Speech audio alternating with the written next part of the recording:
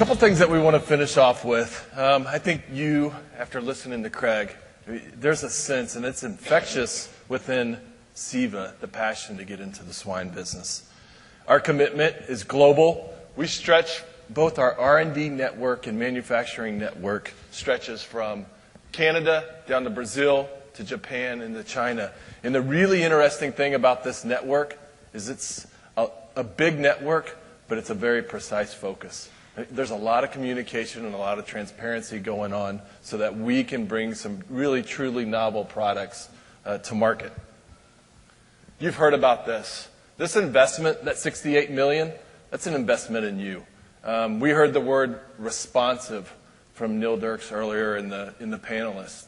That investment allows us to be responsive for your needs and to your customers. You're the whole reason we're here. And it goes back to what Craig said, just simply listening. Andy and I have spent the last year and a half having some meetings with customers, pulling together some advisory things. We've just been asking lots of questions. And at the end of that meeting, all we simply ask is a seat at the table when the product and portfolio comes together. I think what you'll see in the pipeline is very much reflective of what you've told us from a needs standpoint. We've got some global brands. Outside the U.S., very, very strong global presence. You look at some of these, Altracin would be it's an Altrinagest product, very strong market share. It's the equivalent of our Chronomate in the U.S., our Altrinagest, or the other option, the Matrix. Okay? Gleptosil, that product, that iron product, has a lot of name brand equity. Very, very popular. Our Mycoplasma product, a market leader outside of the U.S. Valora. So Valora was just recently licensed in Mexico, immunocastration product that will be entering down there, Mexico, Brazil, a couple others. And then we have a very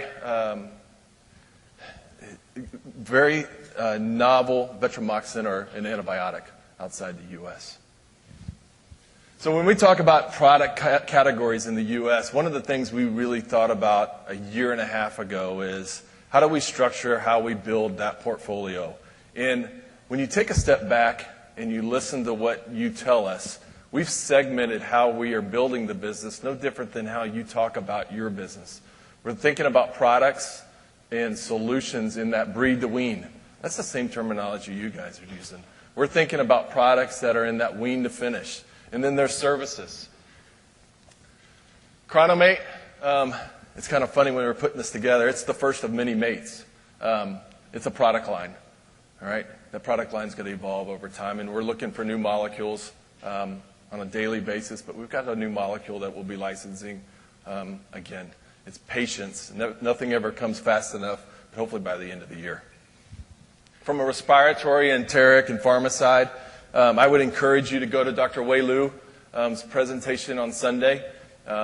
He'll be presenting on the safety and efficacy of a PCV2 and Mycoplasma product. And you're probably saying, wow, why would these guys be coming to the market with a PCV2 and Mycoplasma product? What we've seen and what we've heard is there's something that's changing or evolving with the protection or with those products. New, novel strains, an adjuvant system. When you got a network like a guy like David Hurley working behind the scenes, working on really what is this adjuvant? It's not going to be a cool name that we're going to come out and just position with the product. Andy's pushed us really, really hard to understand what an adjuvant actually does in this new PCV Mycoplasma product that we're working on, along with other products. Okay? Custom vaccines. I'd like to introduce David Hankins. David Hankins, stand up. David is our custom business manager, our autogenous business manager. He has responsibilities for swine and poultry. All right? It's his number one job is to bird dog those products and ensure that the customer part of the custom business is successful. All right? We've got access to a host of adjuvants. The key thing about the custom business for Ceva is we're going to apply commercial techniques to make custom products. All right? And it's a focus for us. Number one, number two, share in poultry. We're going to leverage those expertise. And it's an unmet need in the marketplace today. Okay? That's going to be a lot of fun. Equipment. So you've seen this sitting up here for a while. Anyone know what it is? Any ideas? So about 2014 International Poultry Convention, we hosted some customers down there, and during the meeting they had complained about labor in sow farms. All right, it's an issue. They're not getting the job done from a compliance standpoint with injection, and we've got a piece of equipment very similar to this on the poultry side that they use for birds. And got to thinking about how could you apply this for pigs. All right? So it's a self-contained unit. This particular mold is designed for a pig from day 1 to let's say day 10. So your iron shot, early injection. You pick up the pig from behind, you put them on here. There's 2 safety mechanisms. It's a self-contained unit. It's got a compressor in it. All right? Everything runs off of air. I won't push this because it will shoot stuff out. But anyway, can we remove one person in a farrowing house or given injections by having this machine? Rotates to either way, so you don't have to go to the end of the aisle, turn it around, and go back up. It's all self-contained. The other interesting thing about it, from a compliance standpoint, it's very difficult to see. It keeps track of the number of injections. If one of these tubes has air in it, it picks that up. It will not allow you to inject. All right? We want to make sure every dose counts. So, really cool. I can tell you the first version of this was a Rubbermaid cart, this piece of equipment, a battery from Interstate, and a pump that we found at a hardware store. So we are very much advancing with this equipment. And we're going to get it out in the field. It's going to leave here. It's going to go to a 5,000 head sow farm that batch farrows, and we're going to see how it works. And the guy that's going to do it, his attention to detail is second to none. So anyway, that's an example. We have an entire business unit in France. All they do is make equipment. Poultry equipment, all the injectors, egg injection things. So we have access to those engineers for swine equipment. Wow. Even when you think about how we laid out this meeting here, we didn't want to have a stage up in the air. We wanted everything to be flat because we want to be able to talk to you at your level. Not talk down, but talk at the same level. And I think it's a new and novel concept to actually put the customer first. In this business with big pharma, big bio, I think that's lost right now. And that's just really basic. Put the customer first. Right people, right place, right time. Today, people laugh internally. They say we're a team of 2, Andy and I.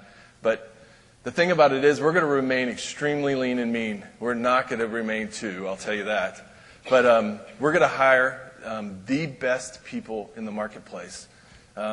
Steve, the guy that you most like to do business with, we're going to go after that guy. Max, the same with you.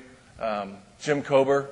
We're going after the best of the best, both in sales and technical service. We're not going to be big. We're not going to have an army. We're just going to be very tactical, almost like a SWAT team. Okay? Custom vaccines. That is moving full speed ahead. We've got Dr. John Elitrosh here. John, stand up. So John's a very valuable piece to our business. His particular segment's called Scientific Services Investigative Unit. What the heck is that? Think of it as the CSI for swine, or for poultry. His team works on the poultry side. We're going to leverage those expertise. A driving force behind why our poultry custom business has been successful is the work that his group does behind the scenes on the isolates. Again, applying commercial techniques to custom products. He's got a lab of whole genomic sequencing, all kinds of equipment. We're going to bring new value to that entire custom business. Problem solvers, that's John's group. And then it's interesting when you're a business that's that's just getting started. You're going up against people that are 4, 5x you, both in field force and talent and everything else. You've got to fight. It's a huge fight.